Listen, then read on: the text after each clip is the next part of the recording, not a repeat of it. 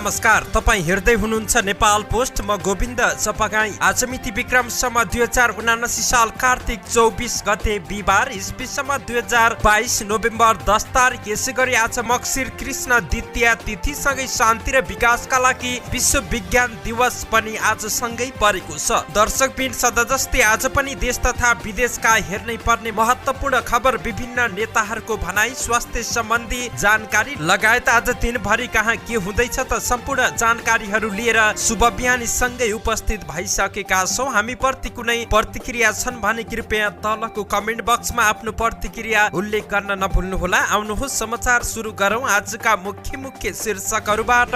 भूकम्पको पीडा, आमाको मुख हेर्नै नपाई बिदा भए प्रेम। डोटीका भूकम्प पीडितलाई पूर्व मन्त्री आलेले 1,50,000 राहत दिने। तोसीमालाई घन्टी नबजाउन नभनेको निर्वाचन आयोगको भनाई। भड्किलो प्रचारमाथि आयोगको एक्सन। अहिलेको लोकतन्त्र जनताका लागि नभएको भन्दै निर्वाचन बहिष्कारको र्याली। मुलुकमा सङ्कट पर्दा निकास दिने पार्टी काङ्ग्रेस भएको प्रकाशमान सिंहको दाबी। मेटमणि चौधरीलाई कारबाही गर्न निर्वाचन आयोगलाई पत्रचार। झुलाघाटमा पुल बनाएरै छाड्ने प्रधानमन्त्री देउवाको प्रतिबद्धता। चुच्चे नक्सा ओलीले पास नगरेको प्रचण्डको भनाई। रवि लामिछानेको घाँटी राजासँग जोडिएको बानियाको दाबी। स्याङ्जा 2 मा धनराज र पद्माबीच रोचक प्रतिस्पर्धा। मुलुकको नेतृत्व गर्न तयारीमा लागेको र संसदीय दलमा लड्छु भन्नु अहङ्कार नभएको गगन थापाको तर्क। राप्रपालाई भोट माग्दै मनिषा कोइराला।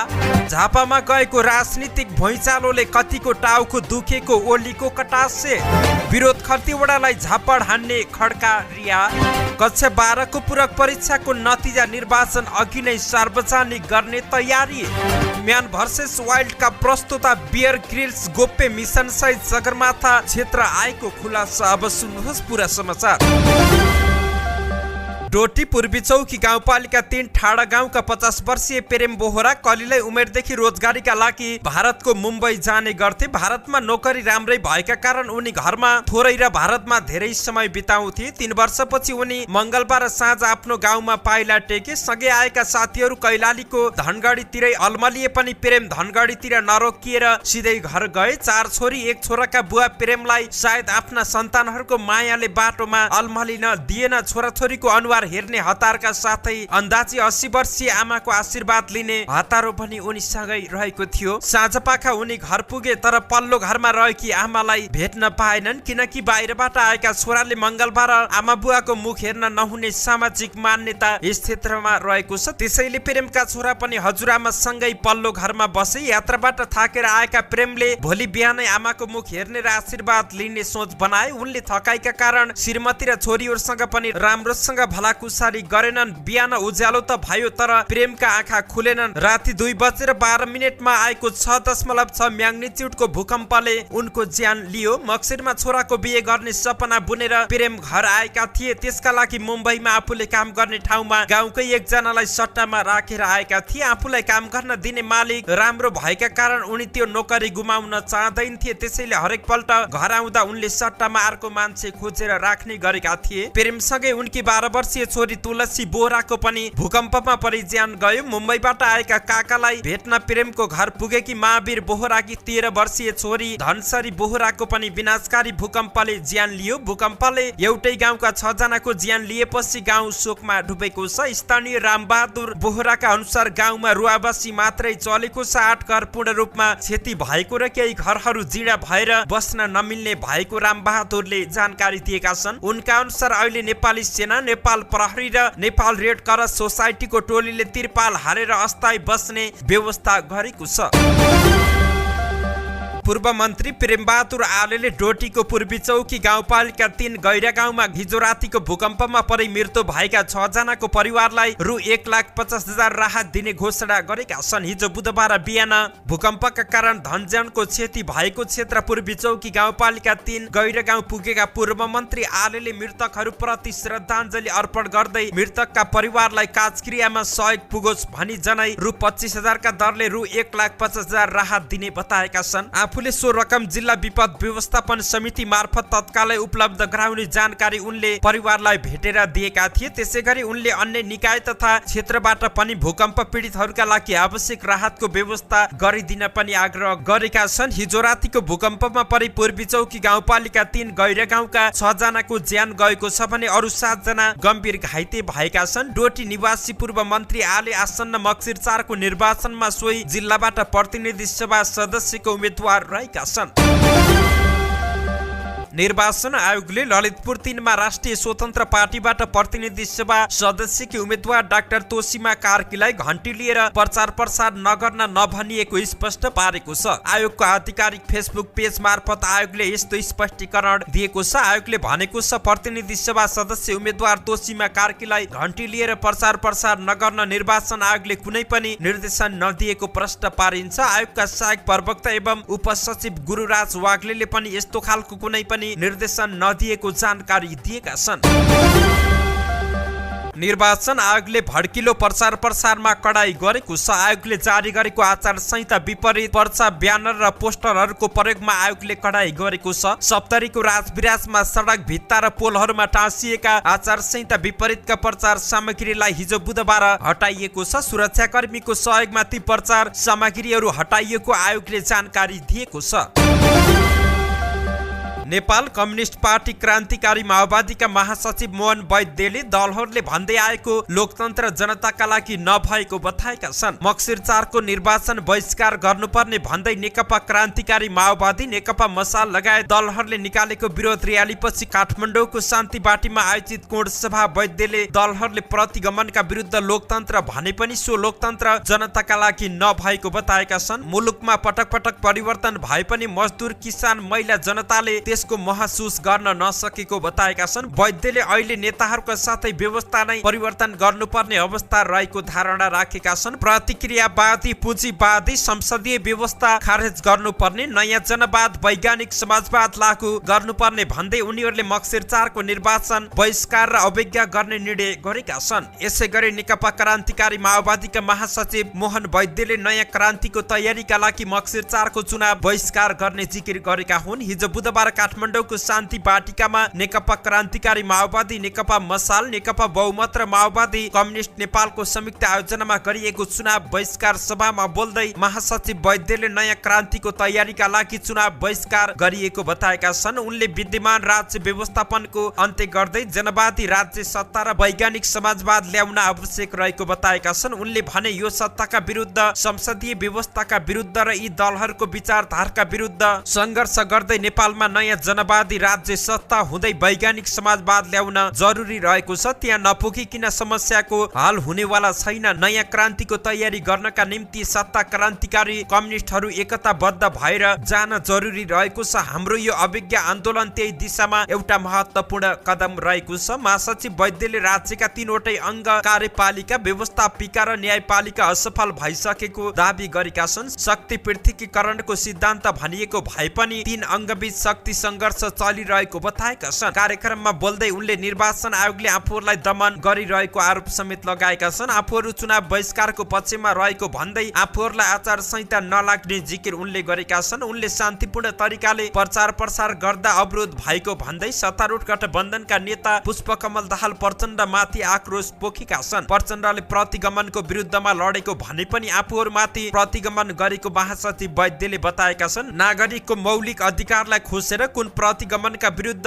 लड्ने हो भनी उनले प्रचण्डलाई प्रश्न समेत गरेका छन्। नेपाली कांग्रेसका नेता प्रकाशमान सिंहले मुलुकमा संकट पर्दा निकास दिन सक्ने पार्टी नेपाली कांग्रेस मात्रै भएको दावी गरेका छन्। काठमाडौँ क्षेत्र नम्बर 1 बाट उम्मेदवार रहेका सिंहले हिजो आफ्नै निर्वाचन क्षेत्रमा आयोजित चुनावी सभामा बोल्दै कांग्रेसको जित देशको विकास र जनताको समृद्धिका लागि आवश्यक रहेको बताएका छन्। कांग्रेसले परिवर्तनको नेतृत्व मात्रै गरेको नभई सबै राजनीतिक शक्तिहरूलाई समन्वय गर्न सक्ने पार्टी पनि हो भन्ने कुरा पटक पटक पुष्टि गरेर देखाइसकेको सिंहले बताए। देश देशमा राजनीतिक अस्थिरता अन्त्य गर्न पनि कांग्रेसलाई मत दिनुपर्ने उनको भनाइ रहेको थियो। जे जति उपलब्धि हासिल भए यिनको संरक्षण गरी समृद्धिको अभियानको नेतृत्व गर्ने संकल्पका साथ कांग्रेस जनतामा आएको भन्दै सिंहले भने चुनावी अभियानका क्रममा मिठा नारामा नअल्मली जिम्मेवार र भरपर्दो राजनीति दल र नेता चुन्न म यहाँहरूलाई अपील गर्छु। संसदीय निर्वाचनको महत्त्व काठमाडौँ 1 का मतदाताले राम्रोसँग बुझेको भन्दै सिंहले लोकतन्त्र र स्थायित्वको वकालत गरिरहेको कांग्रेसका पक्षमा मतदान गर्नेमा आफू ढुक्क भएको समेत बताएका छन्। मधेसी आयोगले शहरी विकास मन्त्री मेटमणि चौधरीलाई कारबाही गर्न निर्वाचन आयोगलाई पत्रचार गरेको छ। दाङ 1 मा गठबन्धनबाट उम्मेद्वार रहेका चौधरीलाई कार्तिक 21 गते एक टेलिभिजनबाट प्रसारित कार्यक्रममा मधेसी विरुद्ध अपमानजनक अभिव्यक्ति दिएको भन्दै मधेसी आयोगले कारबाहीका लागि पत्रचार गरेको हो। चौधरीले मधेसी समुदायलाई विवेकहीन र चेतना नभएको समुदाय रहेको जस्तो विभेदपूर्ण र जातीय विभेदमा केन्द्रित भाषण गरेको भन्दै आयोगमा उजुरी परेको छ।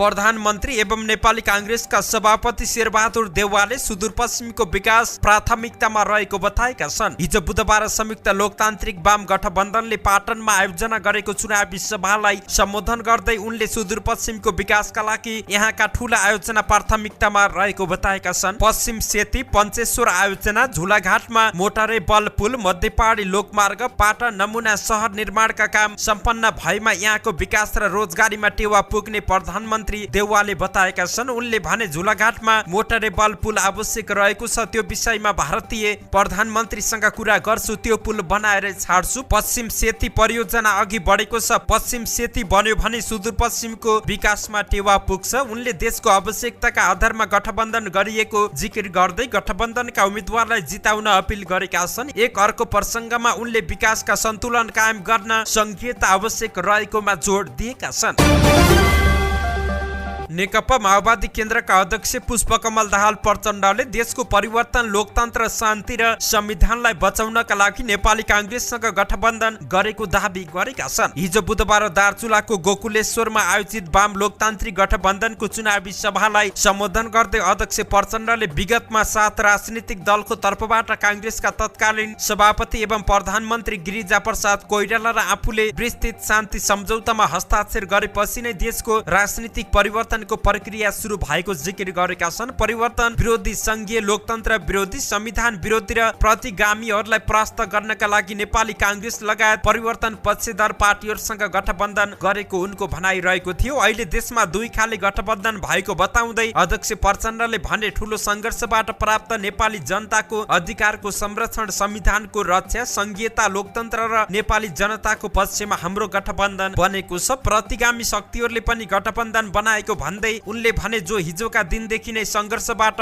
प्राप्त उपलब्धिहरूको विरोधी थियो, अहिले पनि निकै ठूलो संघर्ष, त्याग र बलिदानबाट प्राप्त उपलब्धिहरूलाई उल्ट्याउन चाहन्छ। संविधानलाई च्यात्न चाहने, देशमा राजतन्त्र फर्काउन चाहनेहरूको पनि गठबन्धन बनेको छ। त्यसको नेतृत्व केपी ओलीले गरेका छन्। अहिले चुनाव प्रचार प्रसारमा नेकपा एमालेका अध्यक्ष केपी शर्मा ओलीले 2/3 को बहुमत सरकार बनाउनु पर्यो भन्दै नागरिक समक्ष हार गुहार गर्नुले उनीमा नैतिकता हराएको देखिने अध्यक्ष प्रचण्डले टिप्पणी गरेका छन्। अब एमालेलाई बहुमत किन दिने, भएको 2/3 बहुमतको सरकार विघटन गर्ने विशाल पार्टीलाई टुक्रा टुक्रा पार्ने केपी ओली कुन नैतिकताले जनताको अगाडि बहुमत मागेको उनले प्रश्न गरे। किन फेरि पनि संविधान च्यात्नका लागि बहुमत चाहियो? सदन पटक पटक विघटन गरेर नेपाली जनताको अपमान गर्न चाहियो बहुमत, कि अब बेचे खुचेको कम्युनिस्ट आन्दोलनलाई पनि ध्वस्त पार्न बहुमत चाहियो? उनले प्रश्न गरेका छन्। ओलीले चुच्चे नक्सा बनाए भनेर झ्याली पिटेको भन्दै अध्यक्ष प्रचण्डले भने नक्सा पास ओलीले गरेका होइनन्, तत्कालीन नेकपा बहुमत स्थायी कमिटी सदस्यहरूको माग अनुसार भएको हो। आफू तत्कालीन नेकपाको एउटा अध्यक्ष रहेका बेला कालापानी, लिपुलेक र लिम्पिया धुरालाई नेपाली नक्सामा समेट्न तत्कालीन नेपालको बहुमतले बाध्य पारेपछि त्यसको निर्णय मान्न ओली तयार रहेको उनले जिकिर गरेका छन्। आफ्नै प्रस्तावमा ओली 2 पटक प्रधानमन्त्री बनेको भन्दै उनले समर्थ भए अब प्रधानमन्त्री बनेर देखाउन ओलीलाई चुनौती दिएका छन्।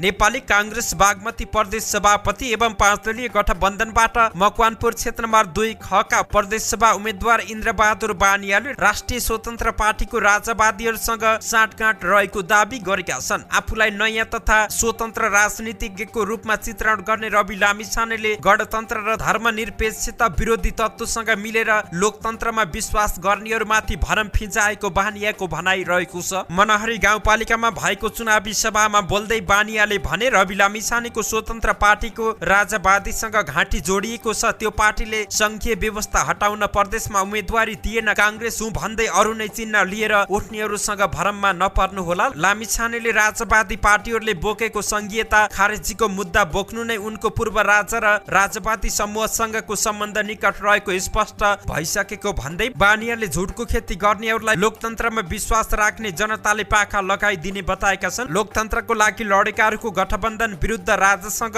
घाँटी जोडिएका दलहरू भिन्न नसक्ने भन्दै उनले मक्सिर 4 पछि भरम छर्नेहरू छर्लङ्ग हुने पनि बानियाको भनाइ रहेको छ। स्याङ्जाको क्षेत्र नम्बर 2 मा सत्ता गठबन्धनका तर्फबाट नेपाली कांग्रेसका उपसभापति धनराज गुरुङ र नेकपा एमालेबाट सचिव पद्मा कुमारी अर्याल उम्मेद्वार बनेका छन्। रापरपा राष्ट्रिय स्वतन्त्र पार्टी लगायत साना दल तथा स्वतन्त्र उम्मेद्वार समेत चुनावी प्रतिस्पर्धामा रहेका छन्। कांग्रेसको 14औं महाधिवेशनबाट उपसभापति बनेका गुरुङका लागि संसदीय चुनावमा यो पहिलो प्रतिस्पर्धा हो। 2064 र 2070 सालमा संविधान सभामा गुरुङ समानुपातिकबाट संविधान सभा सदस्य बनेका थिए। राष्ट्रियताको पक्षमा लिने अडान र भ्रष्टाचार विरुद्धको सक्रियताले गुरुङ निकै लोकप्रिय रहेका छन्। अर्का नेता गोपालमान श्रेष्ठ समानुपातिकको बन्द सूचीमा बसेपछि धनराजलाई टिकट पाउन धेरै मेहनत गर्नु परेन। अर्कोतर्फ उनी केन्द्रीय उपसभापति समेत भएकाले टिकटका लागि अन्य प्रतिस्पर्धी सहजै पाखा लागेका हुन्। एमालेकी उम्मेद्वार पद्मा कुमारी अर्याल 2074 सालको प्रतिनिधि सभा चुनावमा कांग्रेसका नेता एवं त्यति बेलाका बहालवाला उप प्रधानमन्त्री गोपालमान श्रेष्ठलाई पराजित गरेर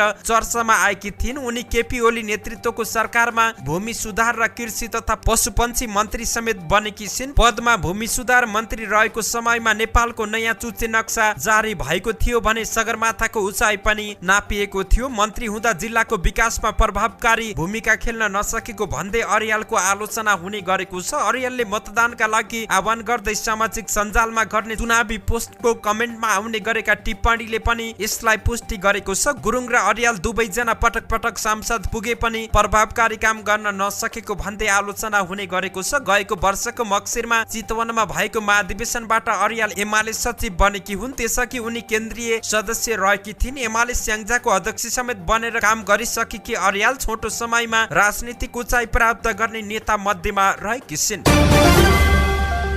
नेपाली कांग्रेसका महामन्त्री गगन थापाले मुलुकको नेतृत्व गर्न आफू तयारीमा लागेको दोहोर्याएका छन्। हिजो बुधबार काठमाडौँ 4 मा बसेको सिन्धुपाल्चोकका मतदाता संघको भेटघाट कार्यक्रममा थापाले आगामी निर्वाचनमा विजयी भएपछि प्रधानमन्त्री बन्नका लागि पार्टीको संसदीय दलको नेतामा दावेदारी प्रस्तुत गर्ने बताएका छन्। अब मुलुक चलाउने जिम्मेवारी युवाहरूलाई दिनुपर्छ, त्यसको सुरुवात आफैले गर्ने हो थापाको भनाइ रहेको थियो। थापाले आगामी निर्वाचनबाट सांसद भइसकेपछि संसदीय चुनाव लड्छु भन्नु आफ्नो अहंकार नभएको प्रश्न पारेका छन्। अब शीर्ष नेताहरूलाई पछाडिको सिटमा राखेर स्टेरिङ समात्न आफू तयार रहेको पनि उनले सुनाएका छन्। थापाले संघ र प्रदेशको निर्वाचन गठबन्धनले जित्ने भन्दै त्यसपछिको कार्यभार सफलताका साथ पूरा गर्नका लागि तयार हुनुपर्नेमा जोड दिएका छन्। यसअघिको 5 वर्ष एउटा व्यक्तिको अहंकारका कारण असफल भएकाले अबको 5 वर्ष स्थिरता र परिणाममुखी हुनुपर्ने उनको भनाइ रहेको थियो।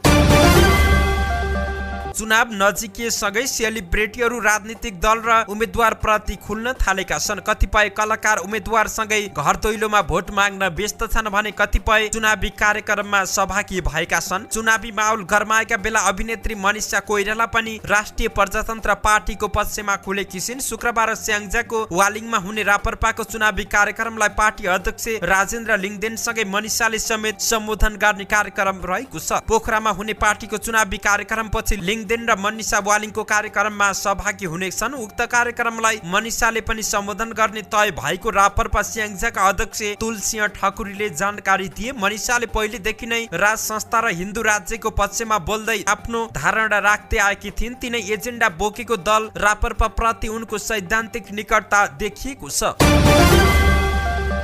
नेकपा एमालेका अध्यक्ष केपी शर्मा ओलीले झापामा राजनीतिक भुइँचालो गएको बताएका छन्। झापामा आयोजित चुनावी कार्यक्रमलाई सम्बोधन गर्दै उनले डोटीमा जमिनको र झापामा राजनीति भूकम्प गएको बताएका हुन्। उनले आफूले कांग्रेस माओवादी नेकपा यसका नेता कार्यकर्ता भित्र आएपछि कति नेताहरू टाउको हात लगाएर बस्न बाध्य भएको बताएका छन्। उनले डोटीमा गएको भूकम्प पीडितको व्यवस्थापन र पुनर्निर्माणमा लाग्न सरकारको ध्यान आकर्षण समेत गरेका छन्। उनले आफूले टिकट वितरण गर्दा नयाँलाई अवसर दिएको बताए। देश बनाउने पार्टी एमाले भएकाले सबैलाई आउन आग्रह गरेका छन्। उनले भने पार्टी प्रवेशको लहर यहाँ मात्रै छैन, जिल्ला जिल्लामा रहेको छ। अरू पार्टीहरूमा थाम्नै नसकिने पहिरो गइरहेको छ। रोक्न खोज्छन् तर रोक्न सक्दैनन्। यसैगरी नेकपा एमालेका अध्यक्ष केपी शर्मा ओलीले सत्ता गठबन्धनले जनता अल्मलाउने काम मात्रै गरेको बताएका छन्। झापामा हिजो भएको चुनावी सभामा बोल्दै उनले फरक फरक घोषणा पत्र ल्याएर गठबन्धनले जनतालाई अलमलमा पार्ने काम गरेको बताएका छन्। कांग्रेस माओवादी र नेकपा एकीकृत समाजवादी यसको छुट्टा छुट्टै घोषणा पत्र रहेको छ। कुन घोषणा पत्र लागू हुने हो ओलीले भने यो जनतालाई अलमलमा पार्ने काम मात्रै हो। यो बुझेर नै जनतालाई गठबन्धन भन्दा अघि ठहलाई राखेर भन्ने गरेका छन्। मुलुकमा गठबन्धन भन्दा बढी सुदृढ राष्ट्रिय शक्ति आवश्यक पर्ने उनले बताएका छन्। खपटा जोडेर बनेको होइन, सुदृढ राष्ट्रिय शक्ति आवश्यक रहेको छ। त्यसका लागि मत जोगाउनुहोस् र बढाउनुहोस् ओलीले भने। मक्सिर 4 को निर्वाचनमा एमालेलाई विजय गराउन उनले मतदातालाई अपील समेत गरेका छन्। मुलुकको समृद्धि र स्थायित्वका लागि एमाले सरकार आवश्यक रहेको ओलीको भनाइ रहेको थियो। भोट माग्ने क्रममा मकवानपुरको मनहरी पुगेका सत्ता गठबन्धनका तर्फबाट नेकपा यसका उम्मेद्वार विरोध खतिवडालाई झापड हान्ने पुरुषोत्तम खड्का रिहा भएका छन्। मंगलबार मनहरी गाउँपालिका 4 गोलघर स्थित चुनावी कार्यक्रममा पुगेका नेता खतिवडालाई खड्काले झापड हानेका थिए। बुधबार खतिवडाले खड्कालाई कुनै कारबाही नगरी रिहा गर्न प्रहरीलाई आग्रह गरेसँगै खड्का रिहा भएको जनाइएको छ। खड्कालाई आफन्तको जिम्मा लगाई छाडिएको जिल्ला प्रहरी कार्यालय मकवानपुरले जानकारी दिएको छ।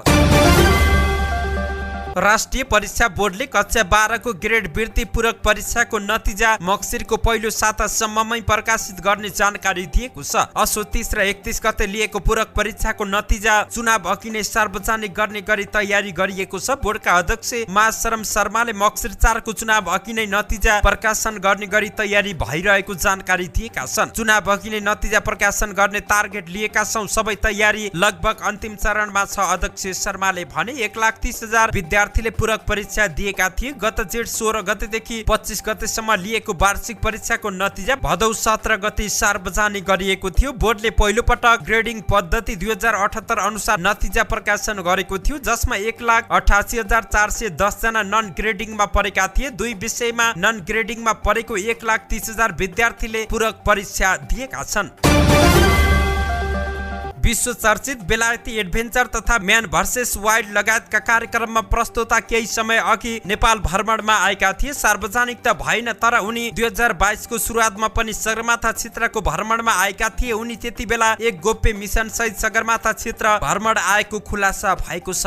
डेली मेलको खबर अनुसार बियर ग्रिल्स पिपा मिडलटन बेलायतकी राजकुमारी केट मिडलटन की बहिनीका देवरको सब भेटिने आशामा सगरमाथा क्षेत्रको भ्रमणमा आएका थिए। पिपा मिडलटनका देवरको सगरमाथा आरोहण गर्ने बेलायतका कान्छा आरोहीको रेकर्ड स्थापित गरेको केही घण्टापछि मृत्यु भएको थियो। स्काउटका चिफ प्रिन्सेस अफ वेल्स केट मिडलटनले आफ्नो मिल्ने साथीको रूपमा गन्ने बियर ग्रिल्स माइकल म्याथ्यूको सब भेटिने आशामा नेपाल आएको बताइएको छ। सन् 1999 मा म्याथ्यूको 22 वर्षको उमेरमा सगरमाथा आरोहण गरेर फर्किरहेका बेला निधन भएको थियो। उनी बियर ग्रिल्सको पाइला पछ्याउँदै सगरमाथा आरोहण गर्न हौसिएका थिए। बियरले सन् 1998 मा 23 वर्षको उमेरमा सगरमाथा आरोहण गरेका थिए। माइकल पिपा मिडलटनका श्रीमानका भाइ थिए। उनी र उनका दाइ ग्रिल्सका छोरा हुन्। खासमा हामीले सगरमाथा क्षेत्रको भ्रमण मेरा साथीको भाइको सब पाउने आशामा गरेका थियौं। ग्रिल्सका अनुसार सगरमाथा आरोहण गरेको अर्को वर्ष पनि उनले सगरमाथा आरोहण गरेका थिए, तर उनका साथी नभेटिएकाले उनी दुखित रहेका छन्।